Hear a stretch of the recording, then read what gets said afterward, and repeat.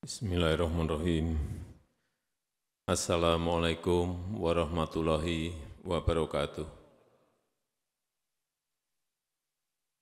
Selamat siang, salam sejahtera bagi kita semuanya. Shalom, Om Swastiastu.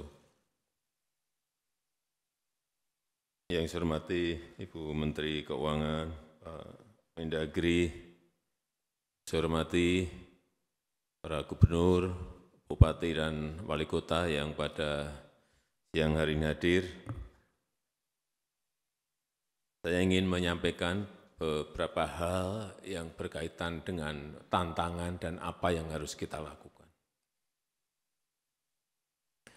Kita tahu semuanya bahwa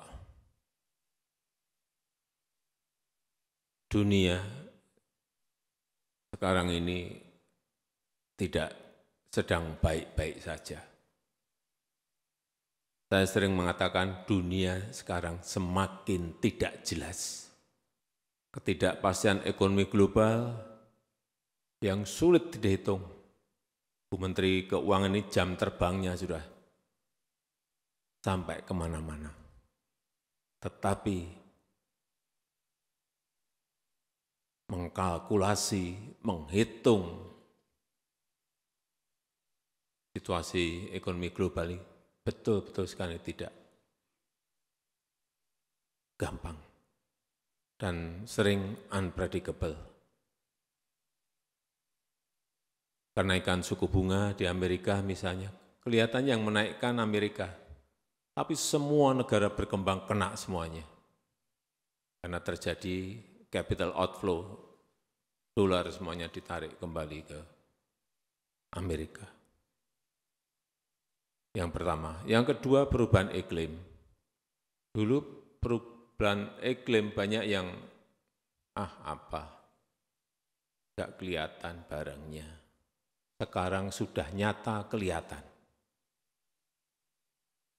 Kekeringan di 7 provinsi dan beberapa negara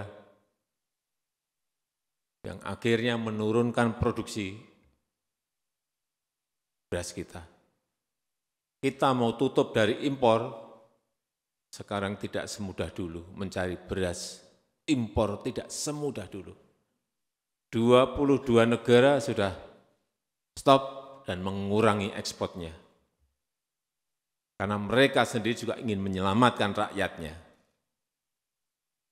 Situasi seperti ini, Bapak Ibu semuanya harus ngerti, harus tahu bahwa dunia tidak sedang baik-baik saja.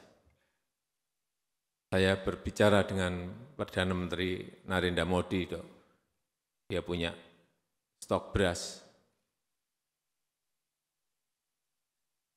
tapi dia pakai sendiri untuk cadangan. Enggak berani melepas. Saya sudah bicara, enggak berani melepas. Yang dekat-dekat Vietnam, Kamboja, Thailand yang biasanya nyodor-nyodorkan, tidak sama. Bisa, tetapi sangat terbatas. Inilah situasinya. Kemudian, perang. Kita sudah pusing dengan yang namanya perang di Ukraina. Belum rampung, belum jelas kapan selesai, tambah lagi perang Hamas Israel. Kelihatannya Ukraina jauh. Apa sih dampaknya ke Indonesia? Hati-hati. Waktu saya bertemu saat itu, tahun lalu bertemu dengan Presiden Zelensky, saya bicara 2,5 jam. Beliau menyampaikan, stok gandum di Ukraina 77 juta ton berhenti. 77 juta ton berhenti. Saya pindah ketemu Presiden Putin. 3 jam. Cerita lagi, 130 juta ton gandum berhenti di Rusia. Artinya, 2 negara saja 207 juta ton pangan berhenti di sana. Kita ini kan per tahun kan konsumsi kita 31 juta ton beras. Ini 207 juta ton berhenti di dua negara itu. Akhirnya apa? Harga gandum naik tinggi sekali. Akhirnya banyak negara yang tidak bisa menjangkau harganya, kelaparan, kurang makan, termasuk di Eropa, hati-hati terjadi. Hal seperti ini yang Bapak, Ibu semuanya harus mengerti dan harus tahu. Ditambah lagi di Gaza, Hamas dan Israel. Kelihatannya perangnya jauh sekali, tapi hati-hati. Kalau perang ini meluas, Hamas Israel ini meluas, melibatkan Hizbullah di Lebanon, melibatkan Syria, Houthi, melibatkan lagi misalnya Iran, semuanya masuk ingin saling bantu-membantu. Yang terjadi adalah kenaikan harga minyak. Ini yang mengakibatkan semua negara akan pusing. Tapi alhamdulillah sampai saat ini kenaikan Brent juga enggak begitu tinggi karena memang eskalasinya tidak meluas, masih di Gaza. Situasi seperti ini yang Bapak Ibu harus tahu, harus ngerti. Sehingga dalam bekerja itu, oh saya harus ke sini, ngerti. Kalau harga BBM naik, artinya apa? Inflasi akan naik. Inflasi naik, artinya harga barang-barang dan jasa juga akan naik.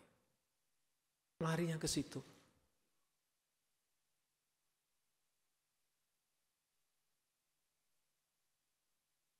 Kita sendiri 7 provinsi kena super El Nino, produksi turun. Inilah yang harus semuanya waspada dan tidak menganggap situasinya biasa-biasa saja. Hati-hati, saya cek terakhir, beras sudah naik 19,8% year to date. Kalau month to date, 2,5% naik. Hati-hati, kalau pemerintah daerah memiliki kemampuan segera intervensi agar inflasi untuk bahan pangan ini tidak semakin naik, harus dihentikan kalau ada hal-hal seperti itu. Oleh sebab itu yang namanya lihat pasar itu penting.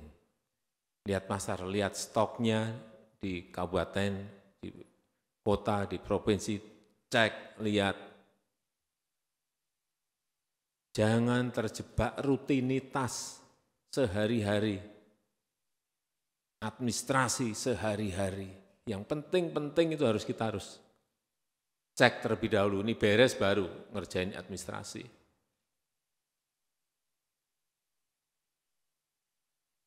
Memang di pasar ada yang naik, ada yang turun, tetapi urusan harga tolong betul-betul dikendalikan. Jaga pasokan, pantau harga, turun ke lapangan. Yang saya cek ini, karena saya selalu punya angka-angka, untuk provinsi inflasinya 1,1% sampai 3,5%, masih baik. Kabupaten hati-hati, 1,1% sampai 5,2%. Nah, yang sudah sampai 5 sampai 4 ini hati-hati. Kota 1,1 sampai 4,2, yang di atas 4 hati-hati.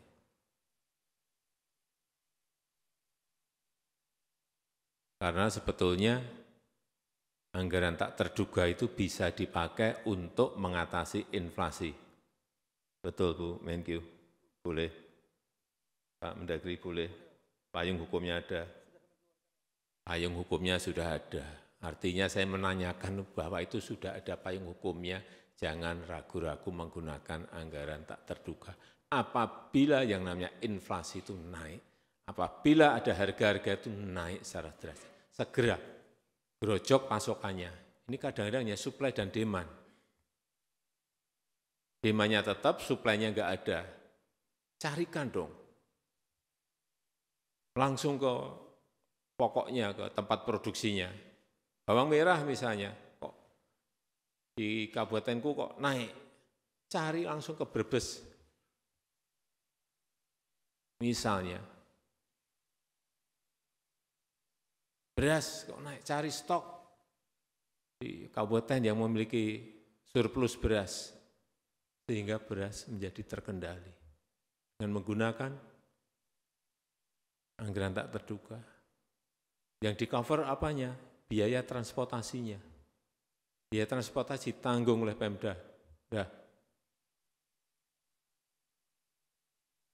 Biar harganya sama dengan harga diproduksi.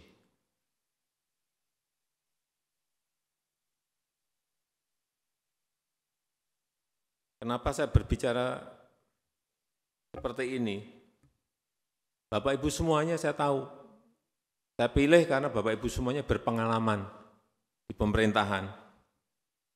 Dan Bapak Ibu juga tidak memiliki beban politik. Ya kan? Jadi gubernur, jadi wali kota, jadi bupati, nggak keluar ongkos. Seperti yang kalau itu yang berlaga di pilkada dulu, di pilgub, di pilwakot, di pil bupati. Artinya tanpa beban politik. Oleh sebab itu, saya berharap pertimbangan teknokratik dalam membuat policy itu lebih enak harusnya.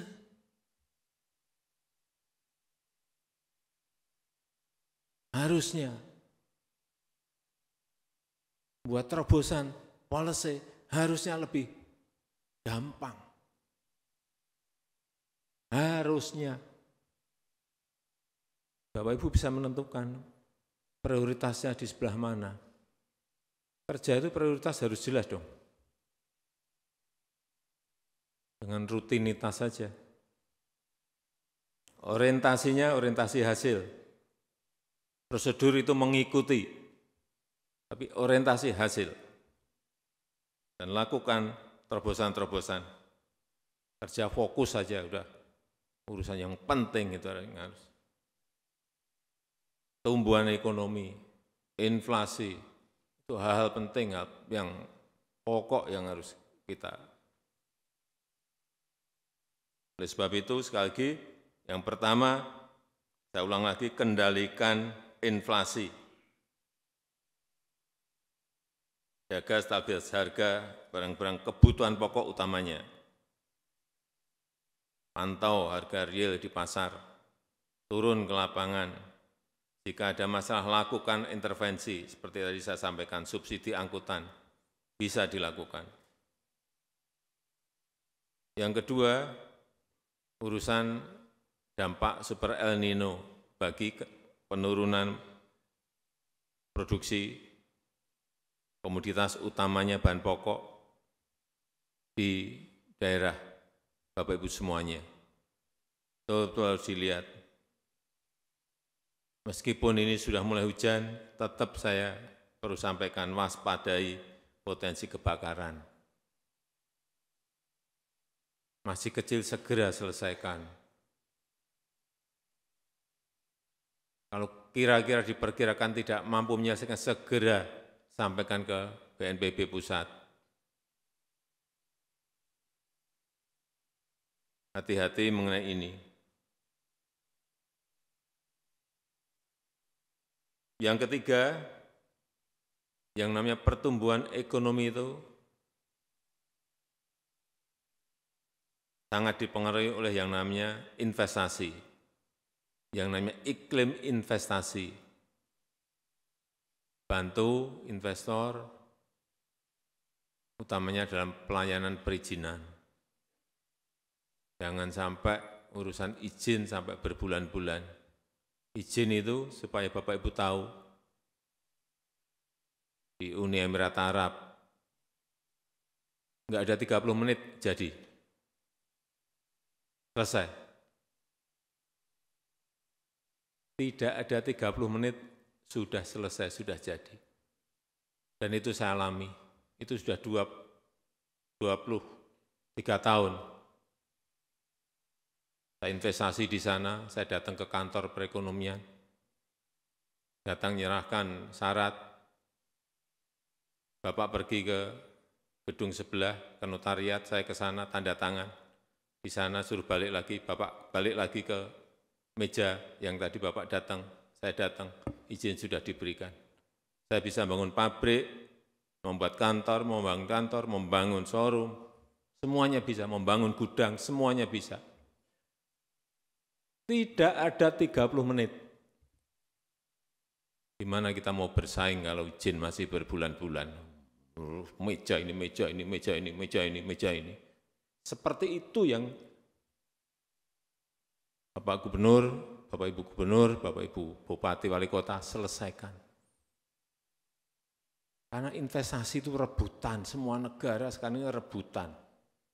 Dalam rangka apa? Pertumbuhan ekonomi negaranya. Rebutan, nah, sudah masuk ke sini kok malah kita buat ruwet. Kita yang membuat mereka bisa balik badan. Sederhanakan prosedur, fasilitasi, jaga tata kelola. Jangan ada pungutan. Karena ini juga akan membuka lapangan kerja. Kenapa direbutkan semua negara? Karena investasi itu membuka lapangan kerja.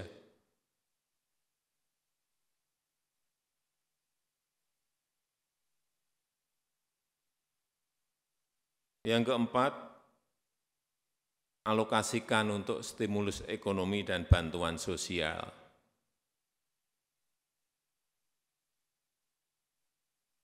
Kalau kondisi seperti ini, harga beras naik, Bapak Ibu semuanya keluarkan yang namanya bantuan sosial. Pasar murah. Seperti sekarang dilakukan oleh pemerintah pusat. Kalau ini pemerintah pusat memberikan bantuan 10 kilo beras per bulan. Sudah di April, Mei, Juni, tambah lagi September, Oktober, November. Dan kita putuskan lagi tambah Desember, sampai Desember 10 kilo 10. Pemerintah pusat memberikan itu. Pemerintah provinsi memberikan, mampunya berapa? 5 kilo, 5 kilo. Pemerintah kabupaten kota memberikan 5 kilo. Rampung. Kalau bareng-bareng seperti itu. Rakyat itu adem.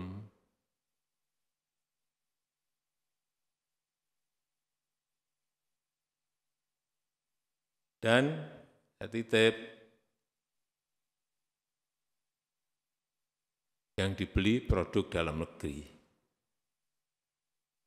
utamanya UMKM kita.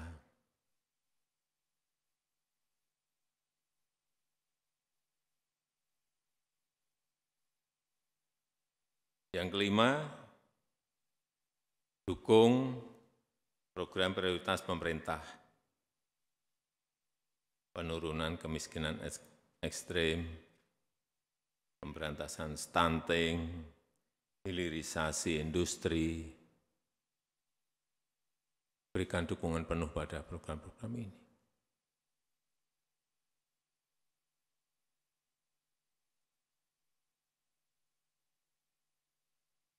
Yang terakhir, yang keenam,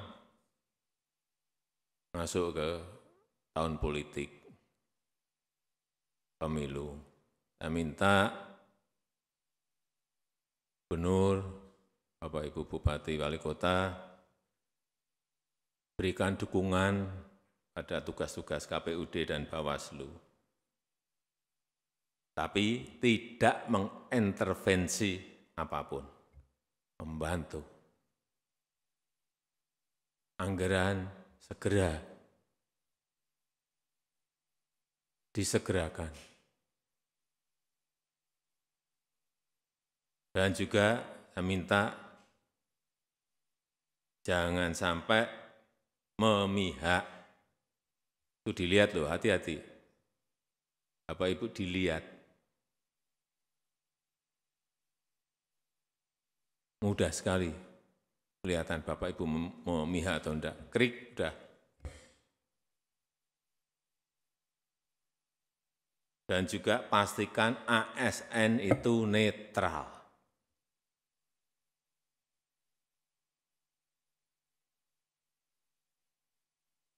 Yang terakhir, menjaga kerukunan di tingkat bawah. Segera selesaikan kalau ada percikan-percikan yang berkaitan dengan politik. Selesaikan dengan baik.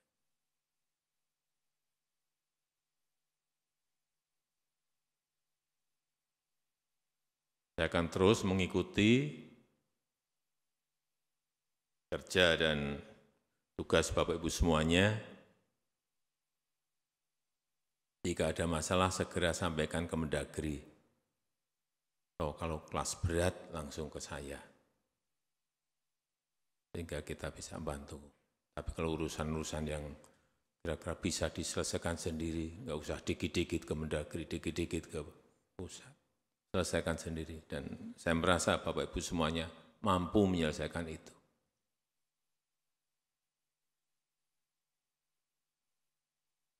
Pak Gubernur, Bupati, dan Wali Kota ini dievaluasi berapa bulan sekali sih evaluasinya? Bapak Ibu semuanya dievaluasikan setiap 3 bulan. Yang evaluasi Mendagri, tapi saya evaluasi saya harian.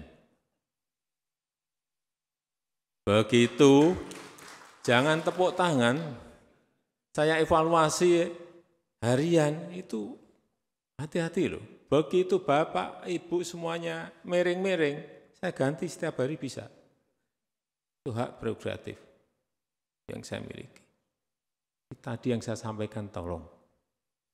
Saya enggak minta banyak-banyak, tolong diikuti. Saya rasa itu yang ingin saya sampaikan dalam kesempatan yang baik ini. Terima kasih. Wassalamualaikum warahmatullahi wabarakatuh.